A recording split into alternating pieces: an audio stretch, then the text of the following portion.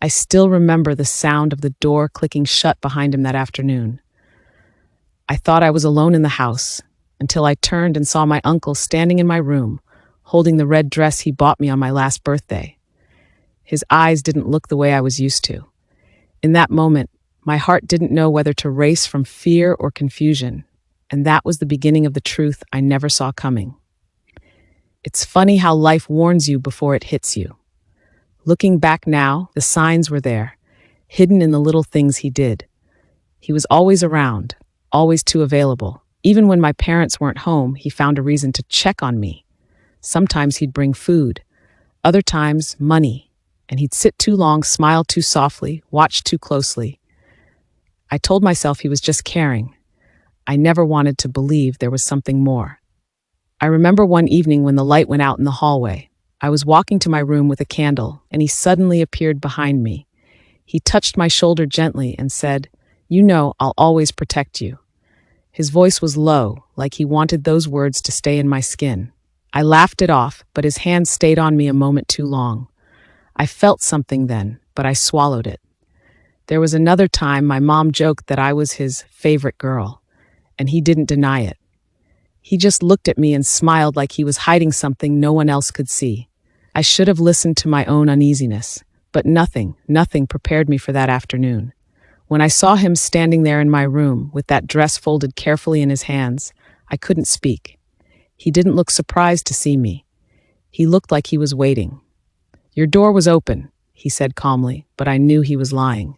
I had closed it. He stepped inside and placed the dress on my bed. His fingers brushed the fabric like it was me. And that was when every strange moment, every lingering look, every quiet visit rushed back into my mind all at once. I didn't understand it before, but that day I started to. I wanted to tell him to leave my room, but my voice refused to come out. It was like my body understood something my mind was still trying to deny. He didn't move toward the door. He moved toward me. "I noticed you haven't worn it yet," he said, glancing at the red dress on my bed. "I thought maybe you forgot." Forgot? How do you forget a gift someone stares at you wearing in their imagination?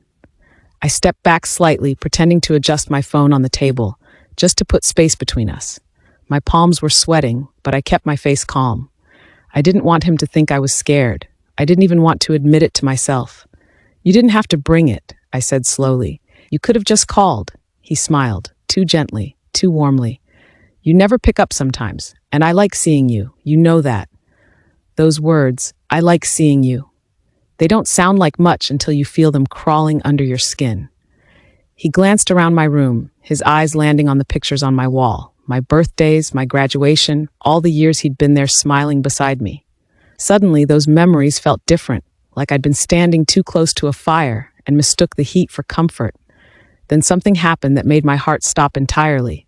He reached out and touched a strand of my hair. "It's getting longer," he said softly. "It suits you." I don't know how I didn't scream. Maybe because a part of me still believed he was incapable of crossing a line. Maybe because I was still trying to protect the version of him I grew up loving. I took a step back. "Uncle, I need to get dressed. I'm going out soon." It was a lie, but I needed him gone. "Going out? With who?" he asked, and the shift in his voice was sharp, fast, like jealousy dropped into cold water. "My friends," I replied, avoiding eye contact. He studied my face so intensely I felt naked without even changing clothes yet. Then he smiled again. But this time, the smile looked like something pretending to be a smile. "You're growing," he said quietly. "People will notice you now. I just hope they don't take you away from me." Take me away? From who? From him? I didn't answer. I didn't know how. A car horn sounded outside, someone in the street, but the timing saved me. I pretended it was for me and grabbed the dress from the bed just to have something in my hand. "I'll wear it later," I said, not knowing why I said it. He paused at the door before leaving, and what he said next crawled deep into my bones. "Just remember, nobody will ever love you the way I do." He walked out, but his words stayed, and for the first time in my life, I locked my bedroom door after he left. That was the moment I stopped pretending not to see. I wanted to tell him to leave my room, but my voice refused to come out.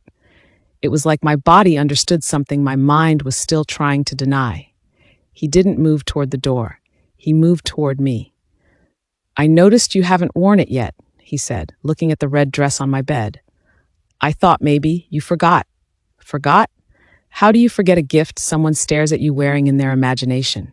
I stepped back, pretending to adjust my phone on the table, just to put space between us. My palms were sweating, but I kept my face calm. I didn't want him to think I was scared.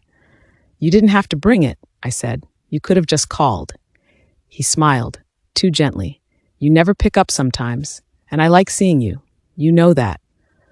Those words, "I like seeing you," don't sound like much until you feel them crawling under your skin. He looked around my room at the pictures on my wall, birthdays, graduation, all the years he'd been there, smiling beside me. Suddenly those memories felt different, like I'd been standing too close to a fire and mistook the heat for comfort. Then he did something that made my heart stop. He reached out and touched a strand of my hair. "It's getting longer," he said softly. "It suits you." I don't know how I didn't scream.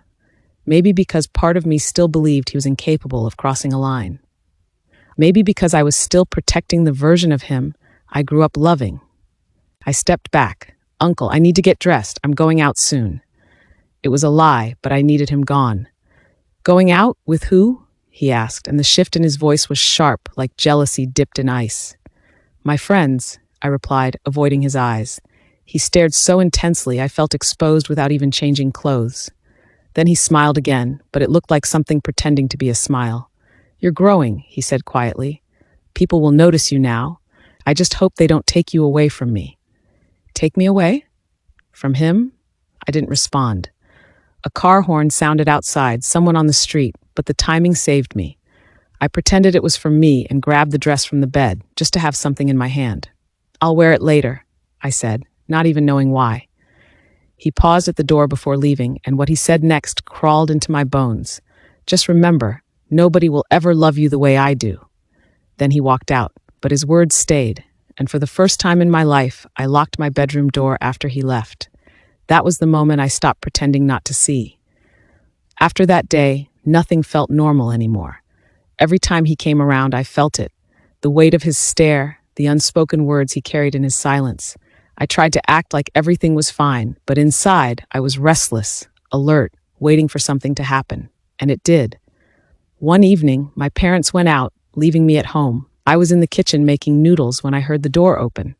I thought maybe they'd come back early, but it was him. My uncle. He didn't knock, didn't call, just walked in like he belonged there. "You're alone?" he asked, his eyes sweeping the room. "Yes," I lied, even though it was the truth. I wanted to sound casual, strong. He stepped closer, smiling that same soft smile that no longer fooled me.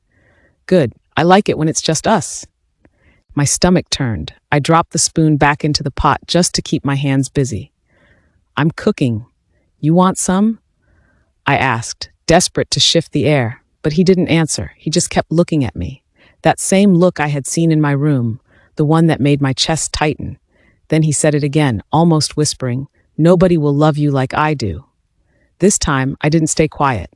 My hands were shaking, but my voice came out harder than I expected. "Stop saying that. You're my uncle." The words cut the air like glass breaking. His smile froze, his eyes darkened, and for a second I thought he might explode. Instead, he leaned against the counter, watching me with something sharp and dangerous in his gaze. "You don't understand now," he murmured, "but you will. One day." I didn't let him finish. I grabbed my phone and pretended to dial my mom. He saw, and finally, he left. But that night, I couldn't sleep, because I realized something terrifying. This wasn't going to stop. Not until I faced him. Not until I made him see that his love was not love at all. I didn't wait for the next incident to happen. I caused the moment myself. I was tired of feeling hunted in my own house, tired of pretending confusion when I already knew the truth. So the next weekend, when my parents said they were going to visit a family friend, I told them I wasn't feeling well and stayed home. I knew he would come, and he did. He showed up less than an hour later, like he'd been waiting for the chance. He didn't even knock, just walked in with a plastic bag in his hand like he owned the place. "I brought you something to eat," he said, closing the door behind him. I was sitting on the couch, fully dressed, phone in hand, not in my room, not caught off guard this time. I looked straight at him. Why do you always come when I'm alone? The question hit him like a slap. He blinked twice, confused or pretending to be. What do you mean? I just came to check on you. No, I said, louder this time. You come when nobody else is around. You always find a reason. You touch me. You wait for me. Why? He dropped the plastic bag on the table. His jaw tightened and he tried to smile, but it didn't reach his eyes anymore. You're overthinking. You know I care about you. I stood up. My heart was racing so hard I could hear it in my ears, but I didn't look away. You said nobody will love me like you do. You said people will take me away from you. You look at me like I'm not your niece. For a moment, he said nothing. Then something in his face changed, like a mask fell off. You're not a child anymore, he said quietly. You know how I feel. My blood went cold, but I didn't step back. You're my uncle, I repeated, every word sharp.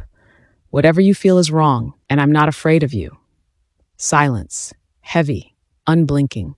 He looked at me like he was seeing me for the first time, not as someone he could corner or confuse, but someone who could fight back. Then came the threat coded as a confession. You think anyone will believe you? Your mother trusts me. Your father calls me his brother. I've been there since you were a baby. They won't take your side. That was the moment I realized he wasn't just in love with me. He was confident he could get away with it. And that was the moment I decided I would not keep his secret. Not anymore. After that conversation, I didn't cry. I didn't panic. I just knew I couldn't handle him alone anymore. The next morning, I went straight to my mom while she was in the kitchen. I didn't tell her everything, just enough.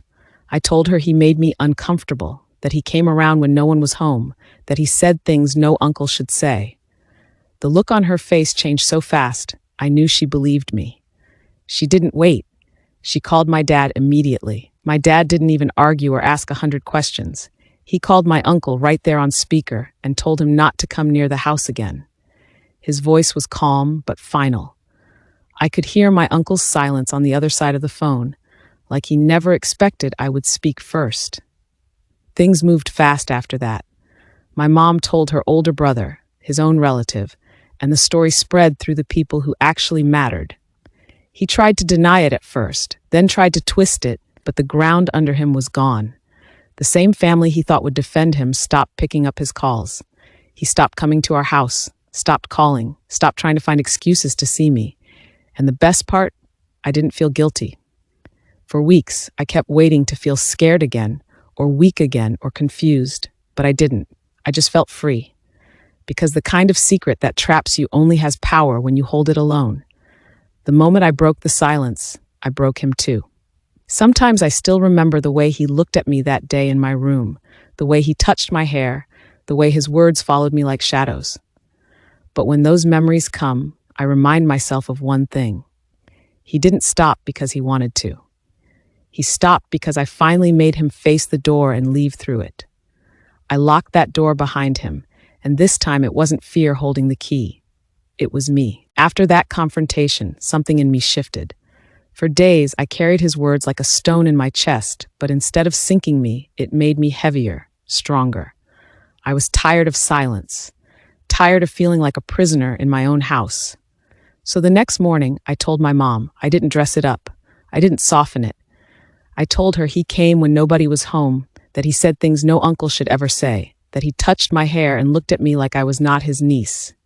My voice shook, but I said every word. At first, she froze, like her body couldn't catch up with her mind. Then her face changed, sharp and cold, and she whispered, "Not in my house." She called my dad immediately. My father didn't shout. He didn't even wait for explanations. He just listened quietly, then said one sentence that still echoes in my head. If he crosses this line, he's no longer my brother. That evening, my dad called him on speakerphone. "Stay away from my daughter," he said in a tone that made my skin prickle. "Don't come near this house again. Don't call her. Don't even breathe her name." On the other side of the line, silence. Then, for the first time, my uncle's voice trembled. He muttered excuses, tried to twist it, tried to say I misunderstood. But the truth was already out, and no matter how smooth his lies were, they couldn't erase what I had felt. My dad hung up before he could finish, but it didn't stop there. My mom told her older brother, his own cousin, And the family network that had once made him so untouchable became the same weapon that undid him. People whispered. People distanced themselves. The man who once walked into our home without knocking could no longer even call without shame burning through the phone. For the first time, he was the one who had to hide. As for me, at first I thought I would break after exposing him. I expected tears, fear, regret, but something else happened instead. I started to sleep again without checking if my door was locked 10 times. I started to breathe without the weight of his stare pressing on me. I laughed louder. I felt lighter. Of course, the memories still come back sometimes. The afternoon in my room, the strand of hair he touched, not the way he said, "Nobody will love you like I do." But those memories don't own me anymore. They are not chains. They are proof. Proof that I survived. Proof that I refused to let him control my silence. And with time, the anger turned into clarity. His love was not love. It was possession, hunger, selfishness dressed up as care. Real love does not trap you, does not corner you, does not make you afraid. Real love frees you.